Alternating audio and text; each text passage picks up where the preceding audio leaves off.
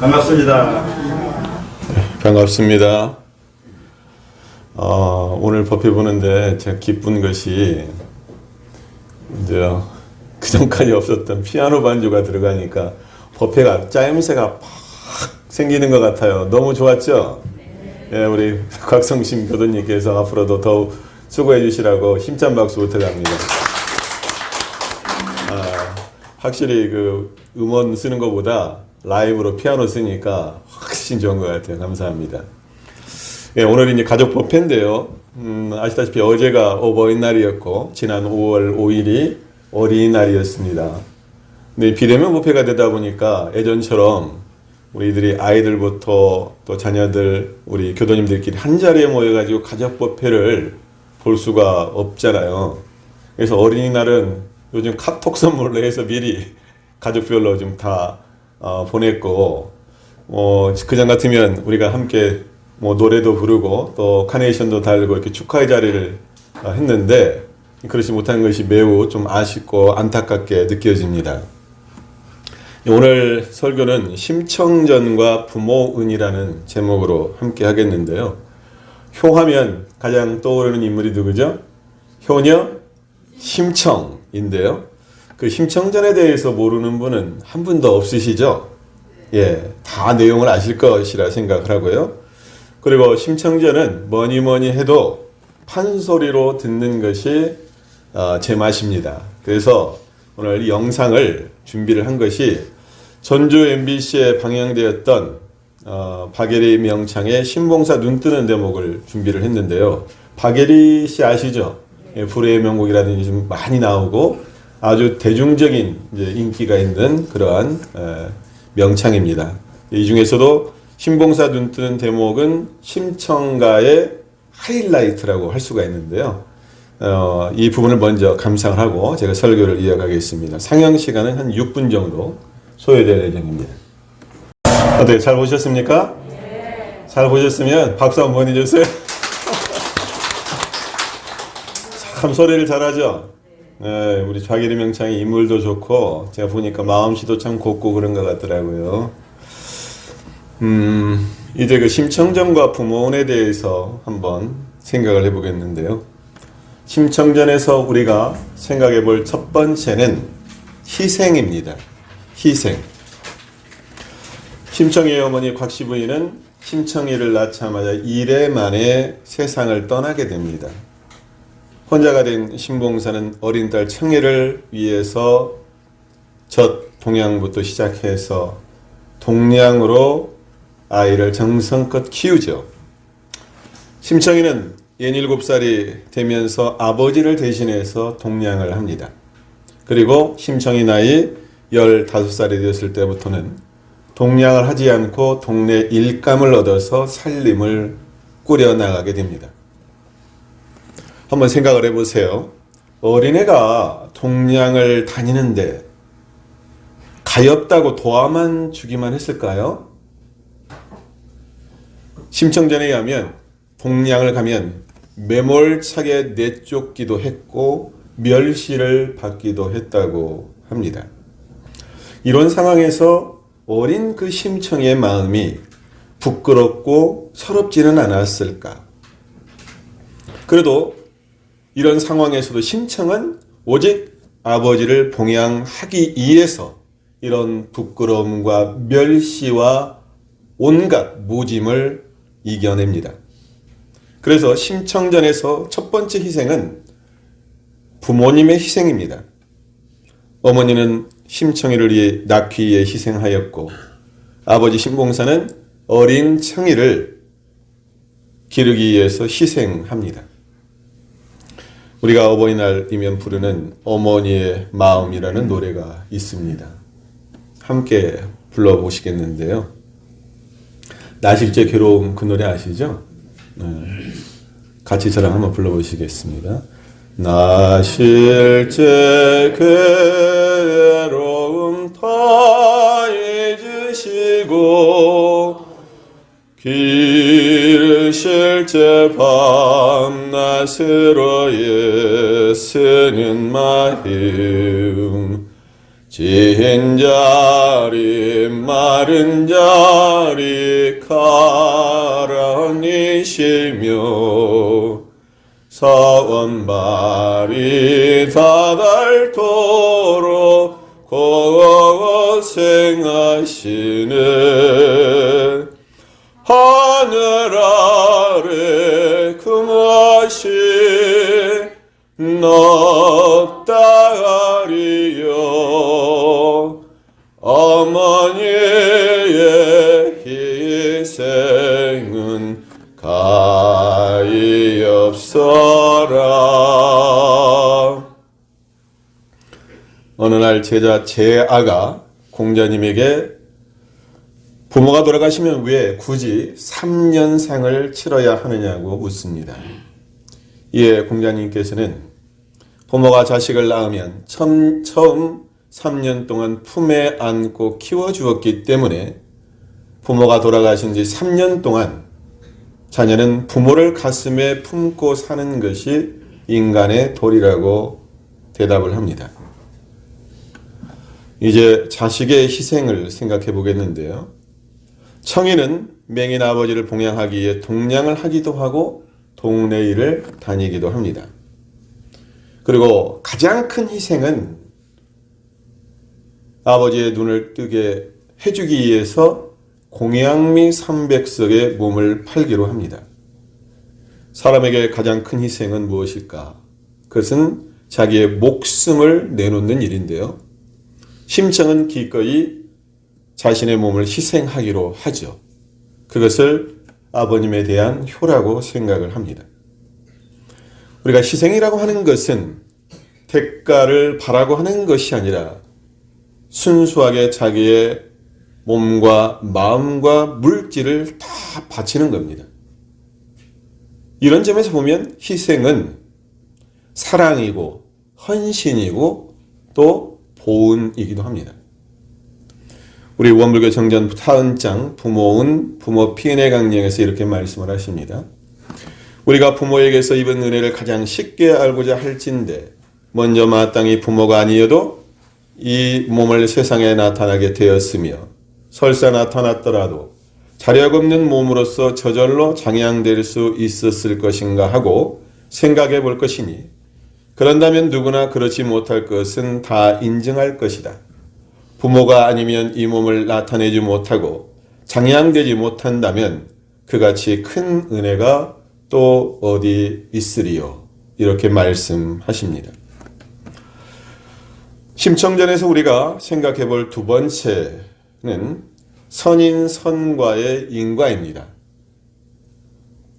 선인선과란 좋은 일을 하면 좋은 과보를 받는다는 것이죠. 부모님께 효도를 하면 복을 받는다는 것입니다. 그래서 예로부터 효는 백행의 근본이라고 했고 충신을 효자의 문에서 구한다라고 얘기를 했습니다. 삼국유사에 빈녀양모라는 제목의 글이 있는데요. 빈녀양모라는 것은 빈녀, 가난한 여인이 양모, 어머니를 봉양한다라는 뜻인데요. 이 이야기는 신라시대에 있었던 이야기입니다. 효종랑이라는 화랑이 있었는데요. 경주 남산 포석정에서 놀고 있을 때 문객들이 모두 모여들었습니다.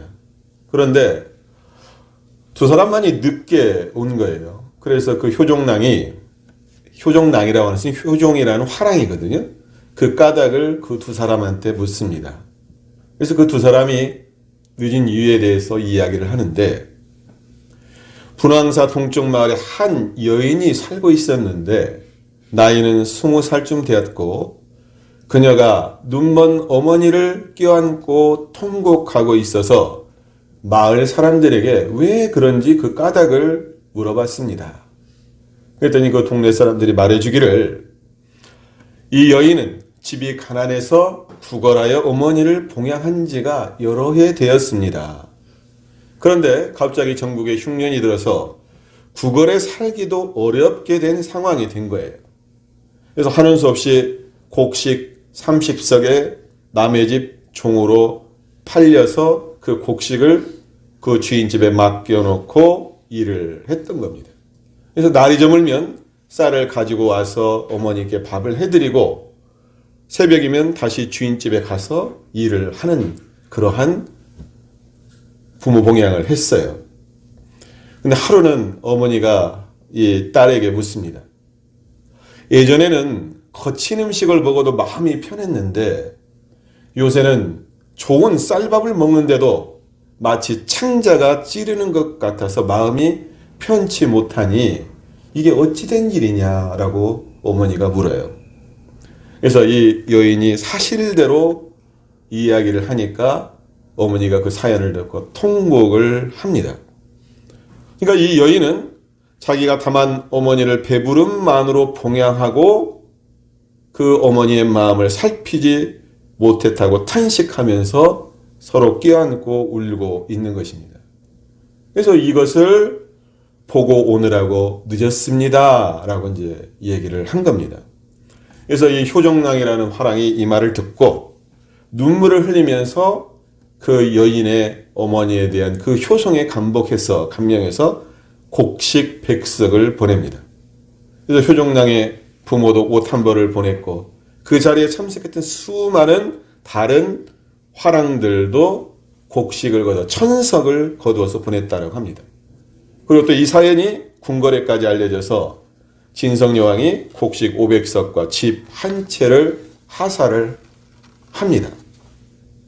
그리고 그 마을을 표창을 해서 그 마을 이름을 효양리, 효도 효자, 봉양할 양자, 기를 양자 해서 효양리라고 이름을 지어주고 그리고 나서 시간이 많이 지난 뒤에 이 모녀는 그 집을 내놓게 되는데 그 집이 절이 돼서 두 모녀를 기린다라는 그러한 뜻으로 절 이름을 양존사라고 지었다는 기록이 있습니다.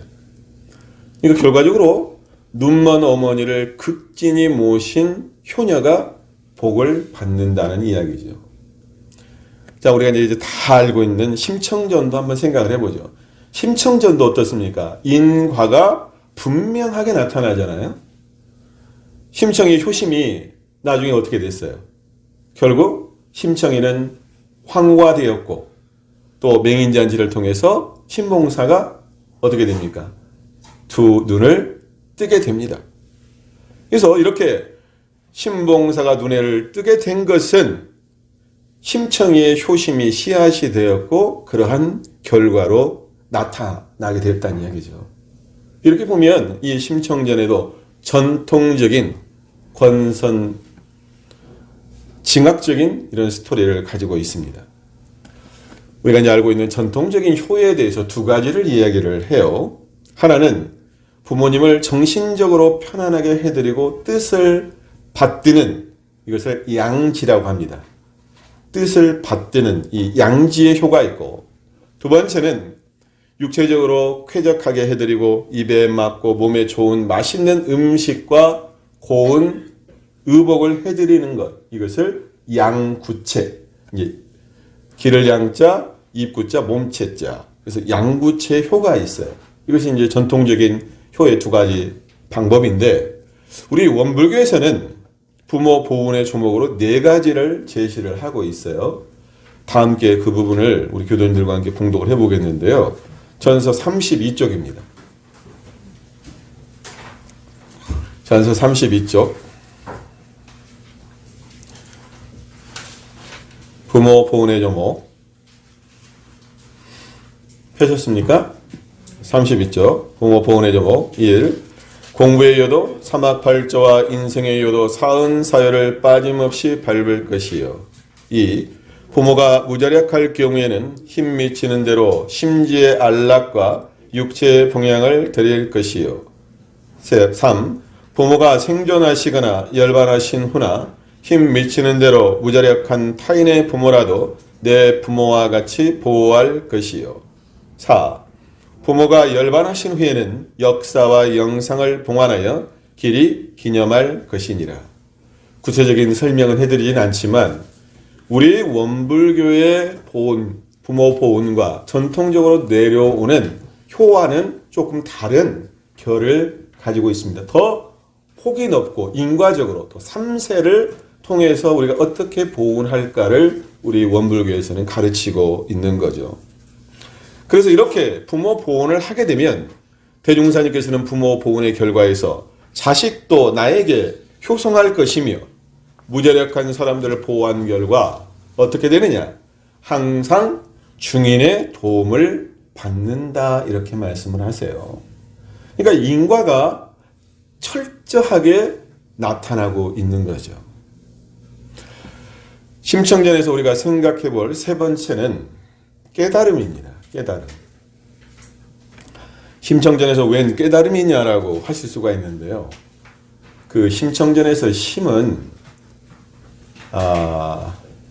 심학교의 심자가 마음 심자를 쓰는 게 아니라 삼수변에 가라앉을 심. 우리가 보통 심시할 때 그 성시 있잖아요. 그 심자를 원래는 써요.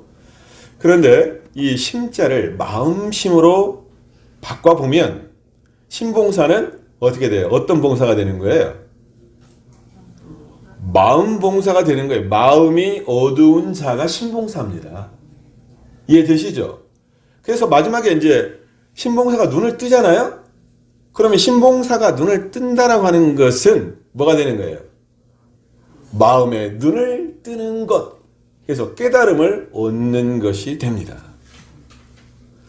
심청가에서 그러잖아요. 아까 우리가 들어봤지만 아이고 깝깝하여라. 내가 눈이 있어야 보지. 장님이기 때문에 눈이 보입니까? 안 보입니까? 눈이 보이지 않죠. 그렇기 때문에 갑갑한 거죠. 천지분간 할 수 있습니까? 없습니까? 천지분간이 되질 않아요. 그래서 아무리 딸의 얼굴을 보고 싶어도 얼굴을 볼 수가 없는 겁니다. 그래서 마음이 어둡다라고 하는 것은 무명, 밝음이 없는 것이죠. 그래서 마음이 어둡기 때문에 모르기 때문에 우리는 죄를 짓게 되는 거죠. 마지막 심청전의 마지막은 신봉사가 드디어 눈을 뜨는데요. 근데 신봉사가 눈을 뜨는 이유는 뭡니까? 왜 눈을 뜨게 돼요? 심청의 효성으로 눈을 뜨게 되잖아요. 공양미 300석이라는 물질로 눈을 뜨는 것이 아니라 딸을 보고 싶은 간절한 마음 그리고 심청의 효성으로 눈을 뜨는 거예요. 그런데 심청이 이 때문에 눈을 뜰 수 있는 거예요. 심청은 뭡니까? 마음심의 맑을 청. 마음이 어떨 때 눈을 뜰 수 있는 거예요? 마음이 맑고 깨끗할 때, 심청이가 되었을 때 눈을 뜰 수가 있는 거예요. 이해되시나요? 그래서 마음의 눈을 뜬 것을 뭐라고 하냐면 우리는 깨달음이라고 한다. 그 깨달음은 뭐냐? 마음이 깨끗할 때 와지는 결과가 되는 거죠. 그런데 아까 우리가 박예리 명창의 심청가를 들었지만 신봉사 혼자만 눈을 뜨나요? 신봉사가 눈을 딱 뜨니까 어떻게 돼요? 전국의 맹인들이 눈을 뜨죠. 가다 뜨고 오다 뜨고 밥 먹다가 뜨고 눈 비비다가 뜨고 전라도 맹인도 눈을 뜨고 충청도 맹인도 눈을 뜨고 전국 각지의 맹인들이 다 눈을 뜨는 거예요. 그러니까 우리 대종사님의 그 대가 깨달음이라고 하는 것도 대종사님의 깨달음만이 아니라 그 깨달음을 바탕으로 해서 마음 눈이 어두운 모든 중생들이 마음의 눈을 뜨는 거예요. 그래서 심지어는 눈먼 짐승도 눈을 뜬다고 그랬잖아요. 모두가 다 눈을 뜨는 세상, 이것을 뭐라고 한다? 광명천지가 되었구나 그랬잖아요. 광명천지, 대명천지, 천지 그대로가 다 환히 드러나는 것, 이것을 우리는 깨달음이라고 하고, 깨달은 자를 뭐라고 하냐면 부처라고 말을 해요. 그래서 부처는 어떤 사람이냐? 바로 깨달은 사람이다. 무엇을 깨달은 사람이냐? 마음을 깨달은 사람이 바로 부처이다. 그래서 봉사가 아닌 마음의 눈을 뜨면 부처가 되고, 그러한 부처들이 많은 그런 세상이 어떤 세상이냐? 바로 낙원 세상이고 용화 해상이고 미륵불 세상이라고 말을 할 수가 있습니다. 그래서 깨달음이라고 하는 것은 간절해야 얻어집니다. 신봉사가 딸을 보고 싶은 마음이 간절했기 때문에 눈을 뜰 수 있었어요. 그래서 우리도 간절하게 원하고 정성껏 구하면 마음의 눈을 활짝 뜰 수가 있습니다. 오늘 심청전과 부모론에 대해서 간단하게 생각을 해봤는데요. 설교를 정리를 하겠습니다.